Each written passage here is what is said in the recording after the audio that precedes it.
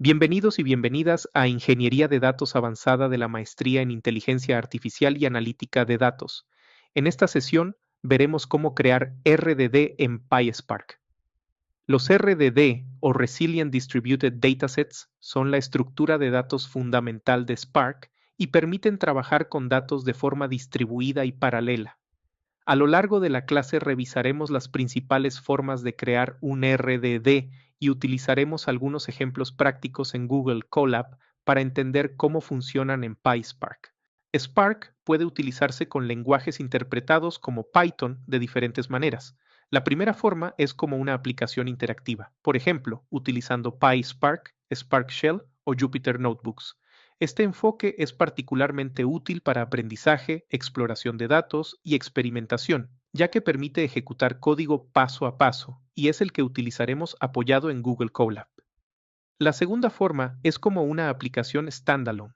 En este caso, el código se desarrolla en un entorno de desarrollo integrado y posteriormente se ejecuta utilizando Spark-submit, que es un comando para lanzar aplicaciones de Spark fuera del entorno interactivo. Pero antes de entrar a la creación de RDDs, es importante realizar la conexión. Para ello, recordaremos los dos programas principales que componen a Spark, Driver y Workers.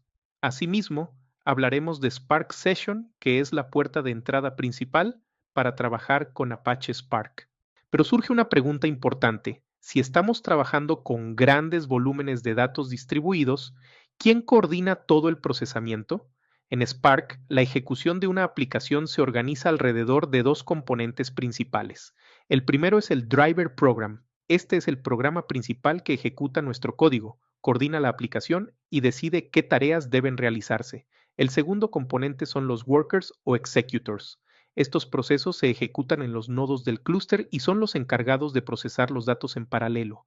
El driver envía las tareas a los executors y estos realizan el procesamiento y almacenan los resultados en memoria. En otras palabras, el driver coordina el trabajo y los executors realizan el procesamiento distribuido. Lo primero que debe hacer un programa en Spark es crear un objeto Spark Context. El Spark Context es el punto de entrada principal a las funcionalidades de Spark, ya que permite establecer la conexión con el clúster o con la computadora donde se ejecutará la aplicación. Sin embargo, en muchos casos no necesitamos crearlo manualmente. Por ejemplo, si estamos utilizando PySpark en la consola, el Spark Context se crea automáticamente. De manera similar, cuando trabajamos con Jupyter Notebooks usando PySpark, el Spark Context normalmente ya se encuentra inicializado y listo para usarse. Ya mencionamos que todo programa en Spark debe crear un Spark Context, ya que es el punto de entrada a las funcionalidades de Spark. Ahora bien, ¿qué ocurre después de crear este objeto? El Spark Context se crea dentro del Driver Program para establecer una conexión con el Cluster Manager, que es el encargado de administrar los recursos del clúster. Una vez establecida esta conexión, el driver puede solicitar executors para ejecutar los diferentes trabajos. Un executor es un proceso que se ejecuta en los nodos del clúster y se encarga de realizar las operaciones de cómputo y almacenar datos en memoria. Para que esto ocurra, el driver envía el código y las tareas a los executors, y cuando estos terminan su trabajo, notifican al driver que la ejecución ha finalizado. En esta figura podemos observar los principales componentes involucrados en la ejecución de un programa en Apache Spark. En primer lugar tenemos el Driver Program, que es donde se crea el Spark Context. Este componente se encarga de coordinar la ejecución de toda la aplicación. El Spark Context establece una conexión con el Cluster Manager, que puede ser Yarn, Mesos o el propio gestor de Spark, y cuya función es administrar los recursos del clúster. Una vez establecida la conexión, el driver puede solicitar executors para ejecutar los diferentes trabajos. Los executors se ejecutan dentro de los worker nodes y son los responsables de realizar el procesamiento de los datos. Cada ejecutor ejecuta múltiples tareas, que corresponden a las operaciones que deben realizarse sobre los datos. El driver envía el código y las tareas a los executors, y cuando estos terminan su ejecución, informan nuevamente al driver. Es importante notar que cada aplicación Spark tiene sus propios executors, lo que permite mantener aislamiento entre aplicaciones. Además, un mismo worker node puede ejecutar varios executors al mismo tiempo. Ahora vamos a crear nuestra sesión de Spark. Para ello utilizamos Spark Session, que es la interfaz moderna y unificada de Spark para trabajar con PySpark. Primero importamos la clase Spark Session desde el módulo pyspark.sql. Después utilizamos sparksession.builder, que nos permite configurar la sesión de Spark. Aquí definimos el nombre de la aplicación con appname, en este caso R de miaadd. Luego utilizamos getOrCreate, que verifica si ya existe una sesión de Spark. Si existe, la reutiliza, y si no existe, crea una nueva. Una vez creada la sesión, obtenemos el Spark Context utilizando spark.sparkContext y lo guardamos en la variable sc. Esto es importante porque los RDD se crean y manipulan a través del Spark Context, que es el objeto que utilizaremos más adelante. Es importante mencionar que esta explicación está adaptada para ejecutarse en Google Colab, por lo que algunas funcionalidades, como el Spark UI, no siempre estarán disponibles. Además, todos los ejemplos que veremos están disponibles en el notebook del campus virtual para que puedan ejecutarlos paso a paso. Ahora vamos a verificar que el Spark Context se creó correctamente. Para ello vamos a imprimir algunos datos del entorno de ejecución. Primero mostramos un mensaje indicando que el Spark Context fue creado exitosamente. Después imprimimos el nombre de la aplicación, que en este caso es R de miaadd. También mostramos el máster que indica dónde se está ejecutando Spark. Por ejemplo, si aparece local, significa que Spark está utilizando los recursos de la máquina local. Luego mostramos la versión de Spark que estamos utilizando. También podemos ver la versión de Python con la que se está ejecutando PySpark. Finalmente imprimimos el Default Parallelism, que indica el número de tareas que Spark puede ejecutar en paralelo por defecto. Esta información es útil para entender cómo está configurado el entorno de Spark antes de empezar a trabajar con RDD. Ahora vemos la información del Spark Context que acabamos de crear. Esta puede ser diferente. Primero aparece un mensaje que indica que el Spark Context fue creado exitosamente, lo cual confirma que Spark está funcionando correctamente. Después vemos el nombre de la aplicación, que en este caso es RD de miaadd. La siguiente línea muestra el máster, que indica dónde se está ejecutando Spark. Aquí aparece local, lo que significa que Spark se está ejecutando en modo local utilizando todos los núcleos disponibles del procesador. En el caso de Google Colab, esto quiere decir que Spark no está conectado a un clúster, sino que está utilizando los recursos de la máquina virtual que nos proporciona Colab. También podemos observar la versión de Spark y la versión de Python que se están utilizando en el entorno. Finalmente aparece Default Parallelism, que indica cuántas tareas puede ejecutar Spark en paralelo por defecto, generalmente relacionado con el número de núcleos disponibles. Esta información nos permite confirmar que el entorno está listo antes de comenzar a trabajar con RDD. Una vez que tenemos un Spark Context, podemos comenzar a trabajar con RDD, que son las estructuras fundamentales de datos en Spark. Existen tres formas principales de crear un RDD. La primera consiste en paralelizar una colección existente en Python utilizando la función parallelize. Este método es el más sencillo, aunque no es escalable porque los datos ya están cargados en la memoria del driver. La segunda forma es leer datos desde archivos utilizando la función textfile. Estos archivos pueden encontrarse en el sistema local, HDFS, o sistemas distribuidos como Amazon S3.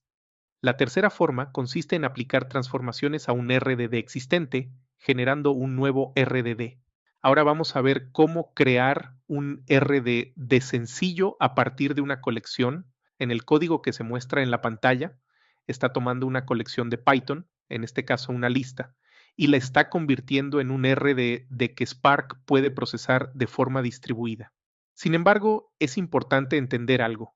Cuando ejecutamos esta línea de código, Spark no realiza ninguna operación todavía. Esto ocurre porque Spark utiliza un modelo llamado Lazy Evaluation o evaluación perezosa. En este modelo, Spark no ejecuta las operaciones inmediatamente. En lugar de eso, solo registra las instrucciones necesarias para construir el RDD, es decir, está preparando un plan de ejecución, pero todavía no procesa los datos. Si intentáramos imprimir el objeto, lo único que veríamos es el tipo de estructura que se ha creado, pero no el resultado de ningún cálculo. Para que Spark realmente ejecute las operaciones, es necesario disparar una acción. Algunos ejemplos de acciones son collect, take o count. Cuando ejecutamos una de estas acciones, Spark ejecuta finalmente el plan de operaciones que había registrado previamente y procesa los datos. En la práctica, lo más común es crear RDD leyendo datos desde archivos. Esto se realiza utilizando la función TextFile. En el ejemplo mostrado se carga el texto de Don Quijote, la conocida novela de Miguel de Cervantes. Este archivo puede estar almacenado en el sistema local, pero también podría encontrarse en sistemas distribuidos como HDFS o Amazon S3. Es importante notar que TextFile también es una operación lazy. Esto significa que si el nombre del archivo estuviera mal escrito, el error no aparecería hasta que ejecutemos una acción sobre el RDD.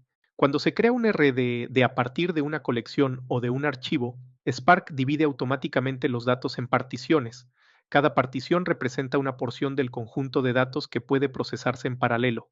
Podemos consultar el número de particiones utilizando el método getNumPartitions.